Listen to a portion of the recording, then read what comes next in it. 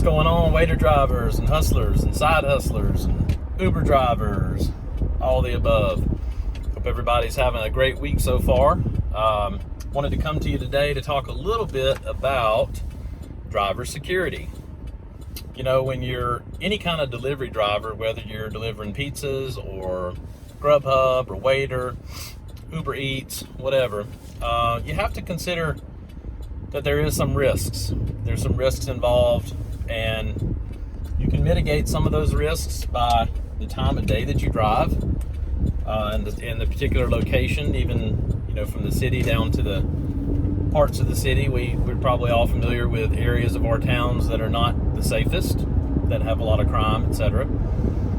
But you can't completely rule out that, you know, things might be unsafe at some point, because you're taking a delivery to an unknown destination, and, you know, you have to be prepared. So, a couple tips. Number one, I shared the extra key idea. When I'm running my vehicle, I use an extra key in the ignition, and then I keep the key fob on me. When I get out at restaurants, when I get out at a customer's house, I close and lock the doors using the key fob. And that way, when I come back to my vehicle, I unlock it to open it. The vehicle stays running, so my air conditioner's on, my heater's on in the wintertime. So it keeps the vehicle a comfortable temperature, but it also prevents somebody from jumping in and out of my car to take something. And it also prevents people from jumping in the back seat, especially when it's nighttime, and potentially hiding and trying to carjack me, because that's a popular strategy at gas stations and different places like that, where you get out and all four doors are unlocked. Your focus is on the gas pump. Somebody can slip in your passenger door and steal your purse. If you're a lady, they can also hide in the back seat in the hopes that you get back in and start it and drive off, and not knowing that they're in the vehicle with you. So that's certainly one thing that I use to minimize that risk. I'm not going to get too deep into what types of weapons you might be able to use. You know, I don't want to go there and start a controversy. I leave it up to you whether or not you want to carry a weapon, and that's certainly your right. Just be sure that you comply with all the laws in your state and your city, of course. But you don't have to necessarily have weapons which are classified as, you know, guns and knives, obviously. Pepper spray is a great thing to keep on you. You know, mace, pepper spray, bear spray, all those things are great to have on your person, on your keychain, if you walk up to the door. Something else that I like to keep, and this sort of has a dual purpose, this is a mag light. And, you know, several of you have probably seen these before, but the great thing about a mag light is it's got a really powerful flashlight, which is helpful for finding addresses at night, particularly on apartment buildings where you're trying to find a building number. I don't know why apartments are bad at this, but they're notorious for putting the apartment building number high up on the building with no illumination, trees blocking the number, and you have no idea where the building is that you're looking for. So I use this mag light flash on the building, lights up the whole side of the building, and I'm able to find my addresses. I also like to carry it with me when I am walking up to a customer's house, because, you know, I can illuminate the pathway, make sure I'm not going to trip over something. I've tripped over tricycles and skateboards and all kind of stuff in the dark. Stepped in holes. You know, if people didn't have a sidewalk, I'd step in a hole in their yard and about sprained an ankle. So good to keep these with you. Of course, they also have a dual purpose. These mag lights run on D-size batteries. As you can see, it's fairly thick. It's pretty heavy. And, you know, if you had to, right?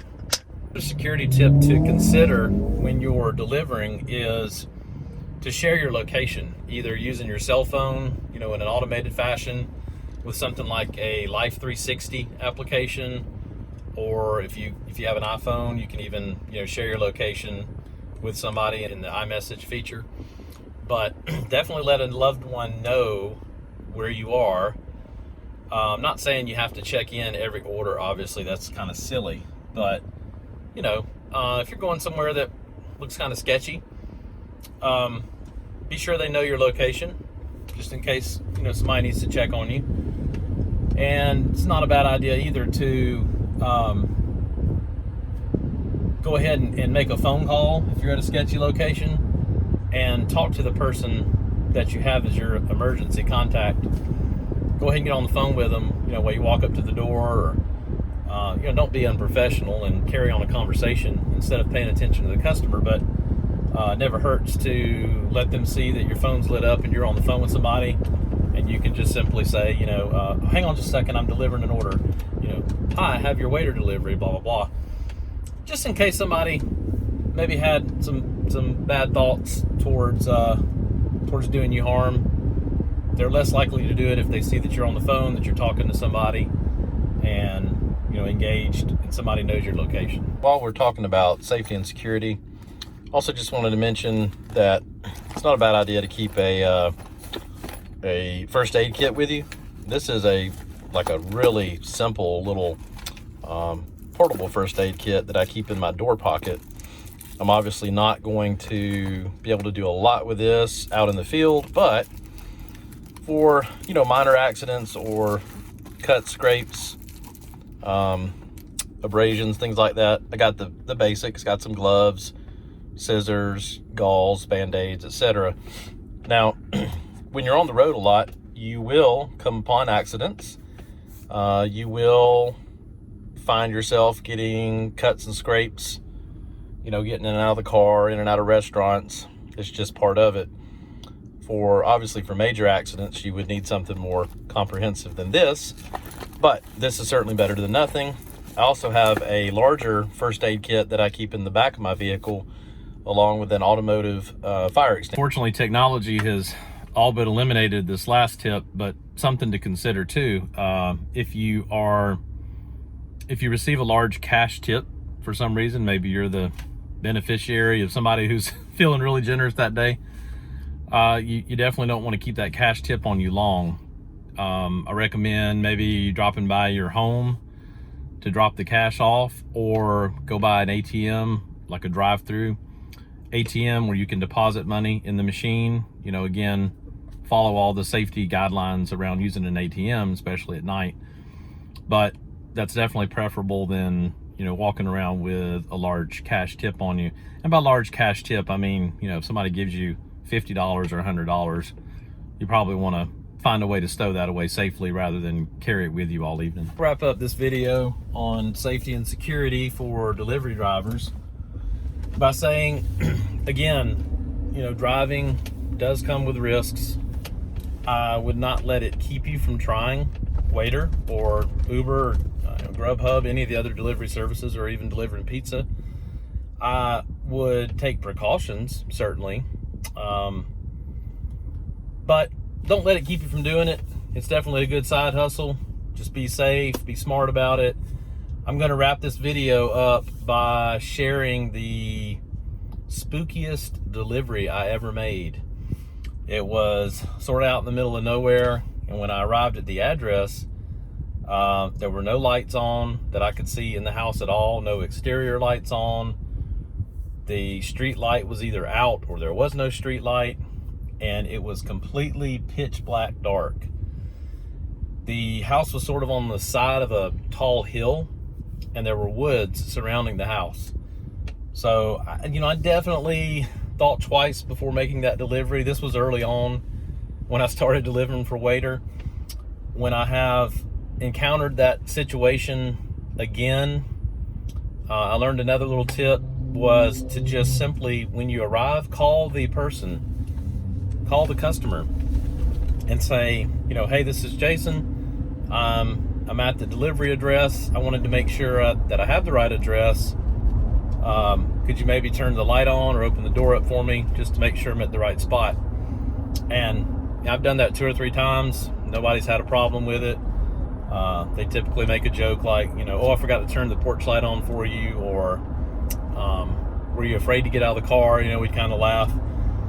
But, that's another way to just double confirm that you're at the right spot and that there's nothing sketchy going on. And believe me, if you feel unsafe, I would recommend you not get out of the car and make the delivery until you can get in touch with the customer. And even then, if you don't feel comfortable, you work it out with the customer to pull into their driveway and have them come out and get it. Your safety is a priority, so don't ever feel embarrassed or like you're putting the customer out for some reason because you're uncomfortable. Your safety is a priority. So all that being said, take these tips into account when you start driving. If you've got any additional tips, I'd love to hear them. Maybe we can crowdsource some safety and security tips down in the comments. And of course, if you haven't subscribed, please consider subscribing. I'd really like to grow this channel and look forward to bringing you a lot more videos. When you subscribe, if you click the little bell, you'll receive a notification when I have a new video posted. Right now I'm trying to post at least twice a week, but may be able to ramp that up going forward. Everybody stay safe out there.